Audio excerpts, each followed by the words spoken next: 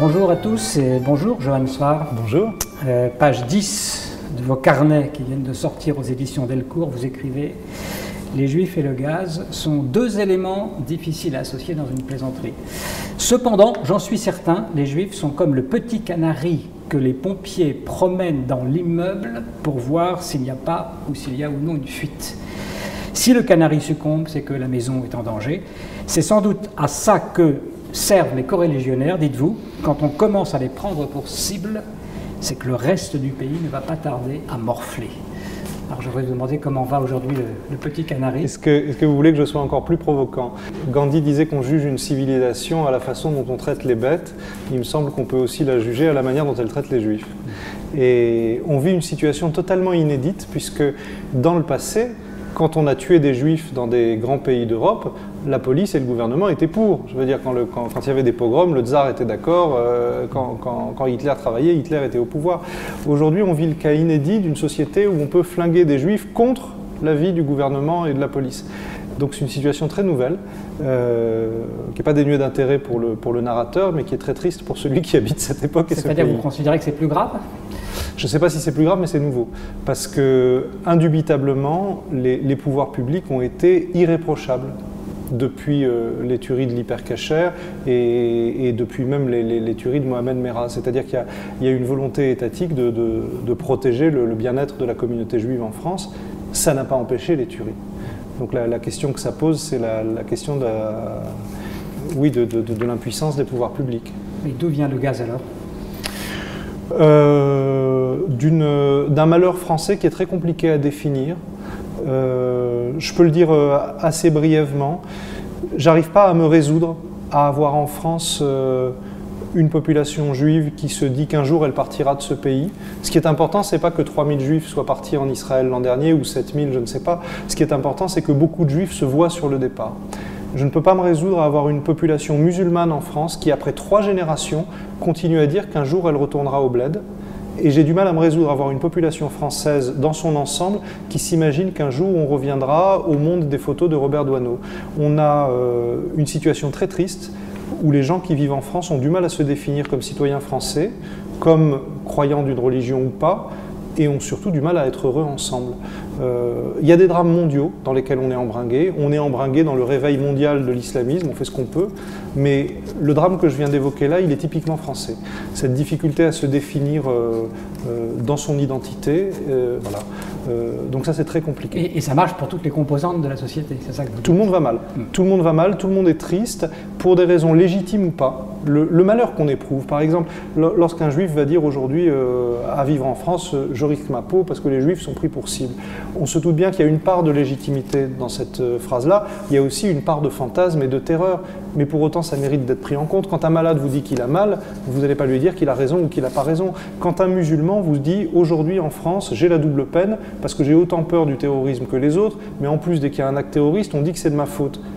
Bien sûr qu'il y a du légitime et du non légitime là-dedans, mais il est malheureux, il n'est pas bien. Donc ce qu'il faut prendre en compte, c'est ce malheur, et ce malheur encore plus grand Tenez, j'ai mon cousin qui est médecin généraliste à Nice, qui a pris sa retraite il y a 2 ans, qui est très religieux, il est parti vivre à Jérusalem. Et quand il est parti, il y a quand même une patiente française catholique qui est venue lui dire « Ah, vous avez de la chance, vous avez un pays où vous réfugiez. » Ça veut dire que, de manière massive, les Français ne croient plus dans leur pays. Et ça me paraît catastrophique. Ça me paraît catastrophique. Et j'ai pas les solutions. J'ai fait un livre pour poser les questions, mais j'ai pas les solutions. Dans vos carnets, vous racontez aussi un dîner avec Eliette Abécassis. C'est terrible, écrivez-vous, quand on parle, Eliette et moi, car nos angoisses respectives se décuplent. Et si le dîner s'attarde trop sur la géopolitique, on finit tous les deux par vouloir émigrer dans un abri anti-atomique. Ça veut dire que vous avez le sentiment de ne pas avoir prise sur le monde, qu'il n'y ait pas de possibilité d'agir. Je fais de l'humour, hein, bien entendu. Mais enfin, tout de même, moi j'ai une vie très peu communautaire, je fréquente des juifs parmi d'autres, mais depuis les tueries de Charlie Hebdo, j'ai cherché à voir des juifs, pour les écouter, pour voir ce qu'ils avaient à me raconter. Et effectivement, on n'est jamais aussi heureux que quand on discute avec des gens de religions et de communautés différentes, parce qu'alors les angoisses s'apaisent. Alors on s'aperçoit qu'à être à la même table, les problèmes ne sont finalement pas si graves. En revanche, quand on se retrouve entre juifs ou quand on se retrouve entre musulmans, on va s'angoisser ensemble on va s'entretenir dans nos angoisses et on va partir d'une réalité tragique. Il y a eu des morts en janvier dans Hypercacher, pour ne pas le nommer, à une réalité fantasmée, tout le monde veut nous tuer. On n'en est pas là.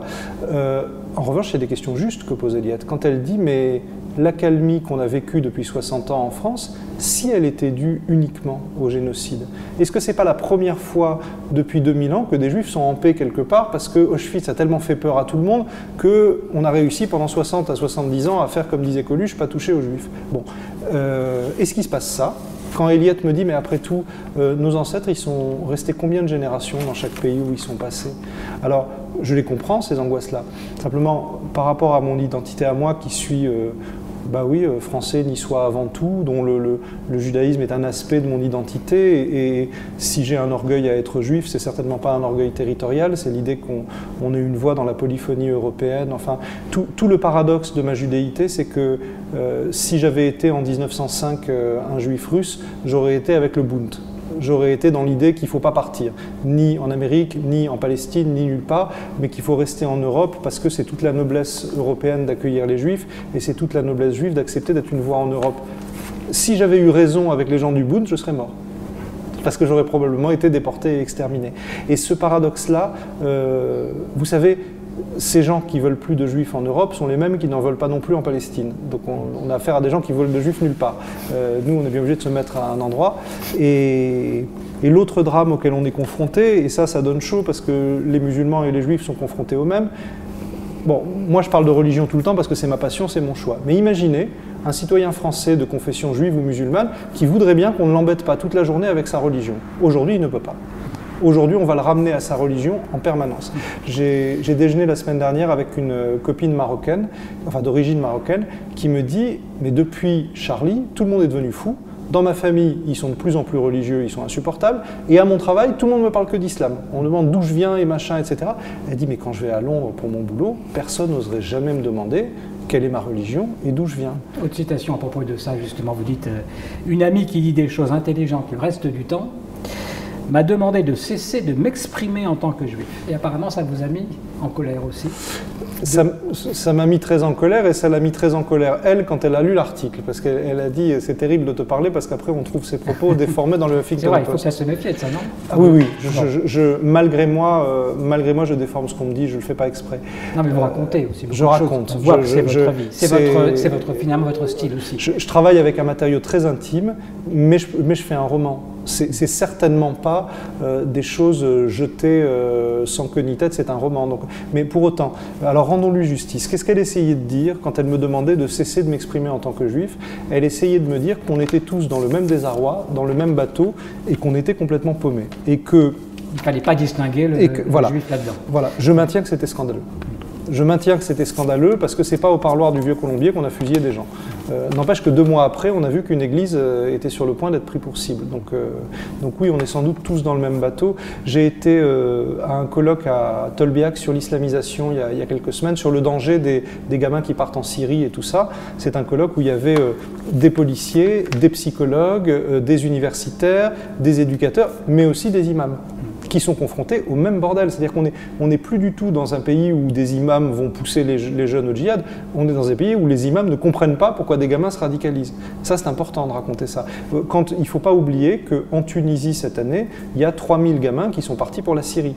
Donc découvrir que les pays du Maghreb sont confrontés aux mêmes tentatives de déstabilisation que nous, ça me paraît intéressant. S'apercevoir, ce que je raconte dans le carnet, que les gens qui me comprennent le mieux sont les Algériens. Quand un camarade algérien me dit « mais nous, quand on a vécu le GIA, au début, on ne prenait pas les intégristes au sérieux, et après, on a eu 300 000 morts. » Et là, c'est exactement ce qui nous arrive maintenant. Il faut être radical face au racisme, parce que le racisme se réveille de tous les côtés. Là, le racisme vient de chaque communauté, de chaque coin et tout. Mais en même temps, il faut être très vigilant face aux dérives politiques de la religion parce qu'elles sont très dangereuses. Et oui, j'ai l'impression qu'il n'y a que les Algériens qui s'en souviennent en ce moment. Vous n'êtes pas tendre donc avec les religieux de tous bords, enfin, les tendances extrémistes. Mais vous avez une tendresse pour les Lubavitch quand même. Depuis les tueries de janvier, vous dites ils vont très bien. Ils considèrent que puisque la France va mal, c'est leur mission d'apporter la joie. Est-ce que vous ne seriez pas un peu racide sur le bord? J'ai toujours eu un vrai penchant pour le racidisme. On voit bien où vont mes amitiés. J'ai de vraies difficultés avec les juifs qui ne sont pas religieux, qui sont traditionnalistes et qui embêtent tout le monde.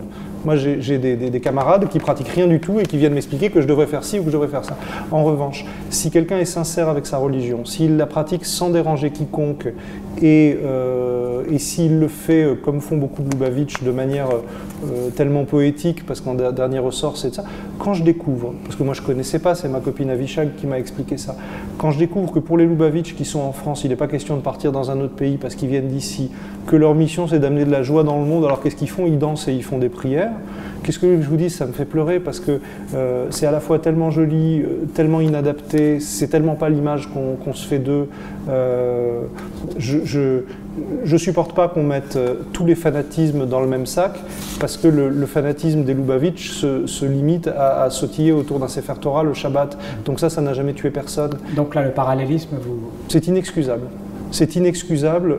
Quand on dit souvent les extrémistes de toutes les religions. C'est inexcusable de dire ça, parce que qu'il y ait des problèmes graves en Israël, que le sort réservé aux Palestiniens soit parfois très critiquable en Israël, c'est vrai, ce sont des problèmes territoriaux, ce sont des problèmes historiques. J'ai pas remarqué que c'était des problèmes qui relevaient d'une mauvaise interprétation de la religion.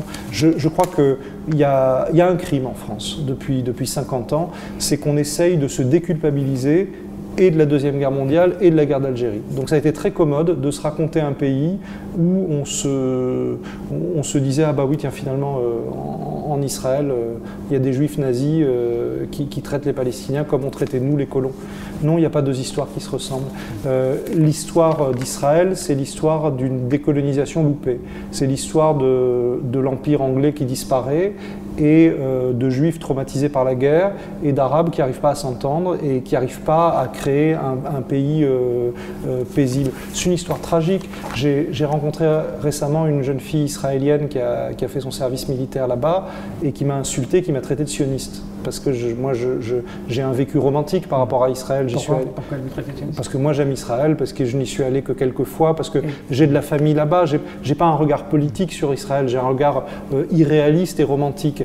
Et elle a dit, alors c'est dur entendant ça d'une jeune fille israélienne, elle a dit « j'ai porté leur uniforme de merde pendant 1 an ». J'ai dit « bon, manifestement tu as beaucoup de colère, moi j'y suis pour rien, est-ce que tu peux me raconter ?» Elle dit « oui, c'est très simple ».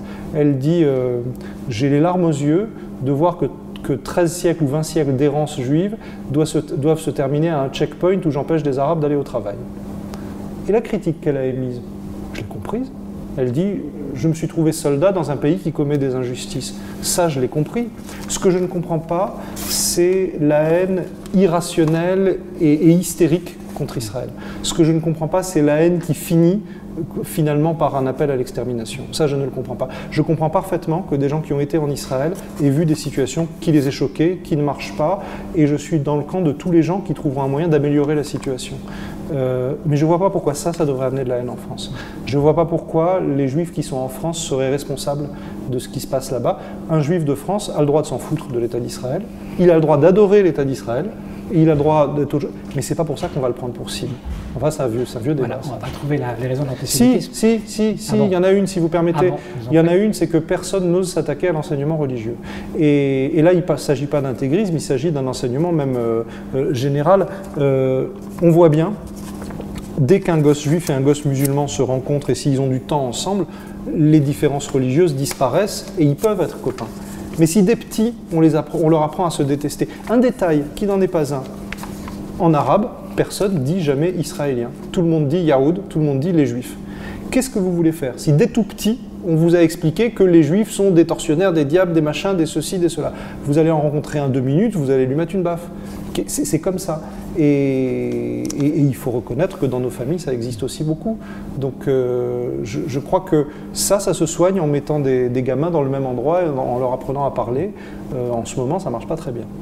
Pour résumer encore votre état d'esprit, autre citation, « Je voudrais m'en foutre d'être juif ». Et vous donnez raison à Sartre tout en affirmant le détester, c'est bien l'antisémitisme qui fait le juif. En ce moment. Pourquoi vous détestez Sartre? Au moment où Sartre l'a dit, c'était scandaleux. C'était l'idée que la population juive se serait mise à exister par l'antisémitisme. C'était faire fi et de l'histoire juive et de la civilisation juive et de tout ce qu'on veut. Mais aujourd'hui ça revient, vous dites? Aujourd'hui ça revient.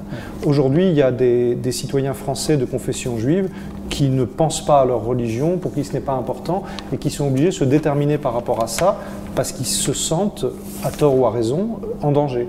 Et ça c'est préoccupant. Ça me paraît très préoccupant. Bon, je voulais qu'on aborde aussi, on n'a pas beaucoup de temps, mais peut-être quelque chose de plus personnel sur votre fameuse carapace que vous seriez construite sur le modèle de ce que vous attendriez d'un homme, et vous ne savez pas l'enlever, cette carapace, vous dites. Je ne sais plus m'extraire de ce golem. Vous redoutez, si vous sortez de cette carapace, de ne plus pouvoir exister. Qu'est-ce que c'est que cette carapace et pourquoi ne pas penser qu'en l'enlevant, vous existerez peut-être de façon plus... J'ai une histoire que j'ai abordée dans beaucoup de mes livres. J'ai perdu ma mère avant l'âge de 4 ans et mon père, qui était un homme très viril, très méridional, n'avait qu'une peur, c'est qu'un orphelin soit, selon ses termes, une couille molle. Donc il m'a mis très tôt dans tous les arts martiaux possibles et imaginables et il m'a appris, et je lui en suis un petit peu reconnaissant, il m'a appris à me façonner une silhouette de type qui laisse rien passer, qui est viril, qui sait répondre, qui sait se comporter avec les femmes, qui ceci, qui cela. N'empêche que caché là-dedans, il y a un gosse de 3 ans et demi. Et les carapaces, c'est bien, mais parfois, quand on n'a pas tout réglé à l'intérieur, elles explosent un petit peu. Et cette année, je me suis séparé d'avec mon épouse après 30 ans d'existence heureuse. Mon père est décédé et j'ai vécu une grande histoire d'amour qui s'est mal terminée. Et cerise sur le gâteau, il y a eu les meurtres de Charlie Hebdo, face auxquels je me suis trouvé autant démuni que le reste de la population. Donc j'ai pris mon crayon et j'ai essayé de raconter que je savais rien du tout, quoi, comme tout le monde, j'imagine. Voilà. Si Dieu existe, on va revenir sur le titre, mais quand même un mot sur la forme, parce que évidemment il n'y a pas que des dessins, il y a beaucoup de textes écrits à la main, on a vraiment un manuscrit, un livre manuscrit. Est-ce que votre écriture, c'est aussi une manière de dessiner? Ah oui, je ne fais pas la différence entre l'écriture et le dessin. Ce qui m'a importé, c'est d'être présent tous les jours sur le site du Huffington Post pour être en situation d'échange avec le lectorat. J'ai eu non seulement une nécessité d'écrire, mais en plus un besoin de mes lecteurs. Donc la relation a été jolie. Et j'ai été pendant quelques mois en situation et de reconstruction et d'apprentissage, puisque la rencontre, en particulier avec ces jeunes femmes voilées qui venaient chez moi donner des cours à mes enfants et qui m'ont expliqué leur ressenti par rapport à la situation, m'a beaucoup apaisé. De voir des jeunes gens qui avaient des opinions différentes des miennes, mais qui étaient compatibles, qui étaient d'accord avec moi sur le fait qu'on ne tue pas pour un dessin, qui étaient d'accord avec moi sur le fait que la France est un pays formidable et qu'on a tout pour y être heureux ensemble. Après, bien sûr, il y a des divergences, mais j'ai appris beaucoup de choses. Alors ça, c'est un principe très, très talmudique selon lequel il n'y a pas de maître, il n'y a pas d'élève. Enfin, en tout cas, on est deux à apprendre quand on étudie. Voilà, ça m'a servi. Si Dieu existe, vous dites en introduction, je me suis dit qu'avec un titre aussi con, j'allais attirer beaucoup de monde, du monde. Pas si con sans doute ce titre. En quoi quand même il correspond bien à votre état d'esprit d'aujourd'hui? Si parce qu'il y a, j'ai un profond besoin de foi là où je me trouve. J'ai besoin de trouver des réponses face au nihilisme ambiant. J'ai été à la fois subjugué et scandalisé par le livre de Michel Houellebecq, Soumission, qui est un ouvrage brillant, drôle, et profondément d'extrême droite. C'est le livre qu'aurait fait aujourd'hui Louis-Ferdinand Céline s'il était vivant, et Dieu sait que c'est un de mes écrivains préférés. Cependant, j'étais triste qu'il n'y ait pas une voix en face. Quand on demandait à Romain Gary « Est-ce que vous êtes romantique ?», il répondait par rapport à la merde « Oui ». Donc je me suis dit qu'est-ce qu'on peut faire humblement, patiemment, pour essayer d'exister face à un rouleau compresseur nihiliste.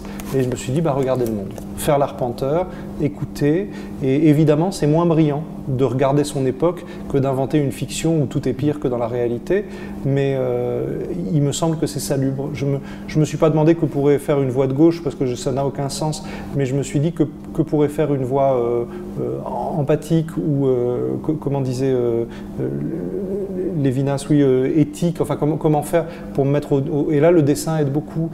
Ce livre procède de dessin d'après-nature et de dessin d'imagination, donc l'aller-retour se sent un petit peu, je crois.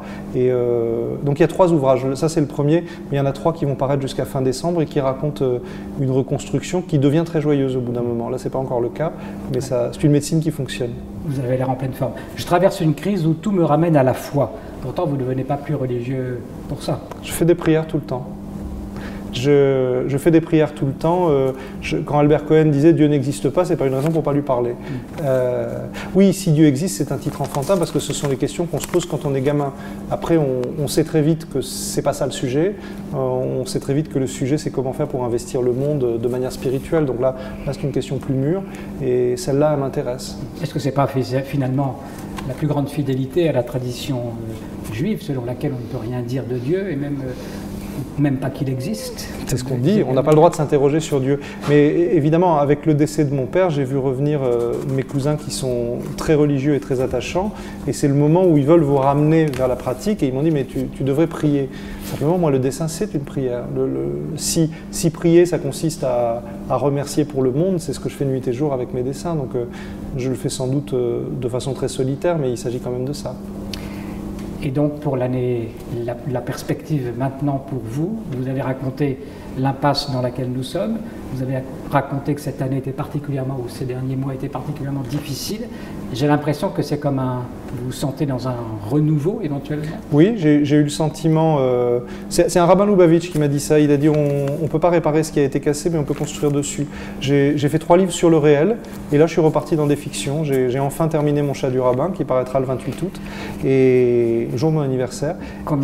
C'est le combien? C'est le 6e, ça s'appelle « Tu n'auras pas d'autre Dieu que moi ». Ça raconte l'histoire du chat qui est très jaloux. Et je me suis remis à faire des fictions. De toute façon, les passages par les carnets, pour moi, sont toujours des moments de crise temporaire après lesquels je repars vers la fiction où je suis beaucoup plus heureux. Merci beaucoup, Johann Sfar, d'avoir accepté l'invitation de l'équipe d'Acadème. Je rappelle donc le titre de vos carnets parus chez Delcourt, « Si Dieu existe ».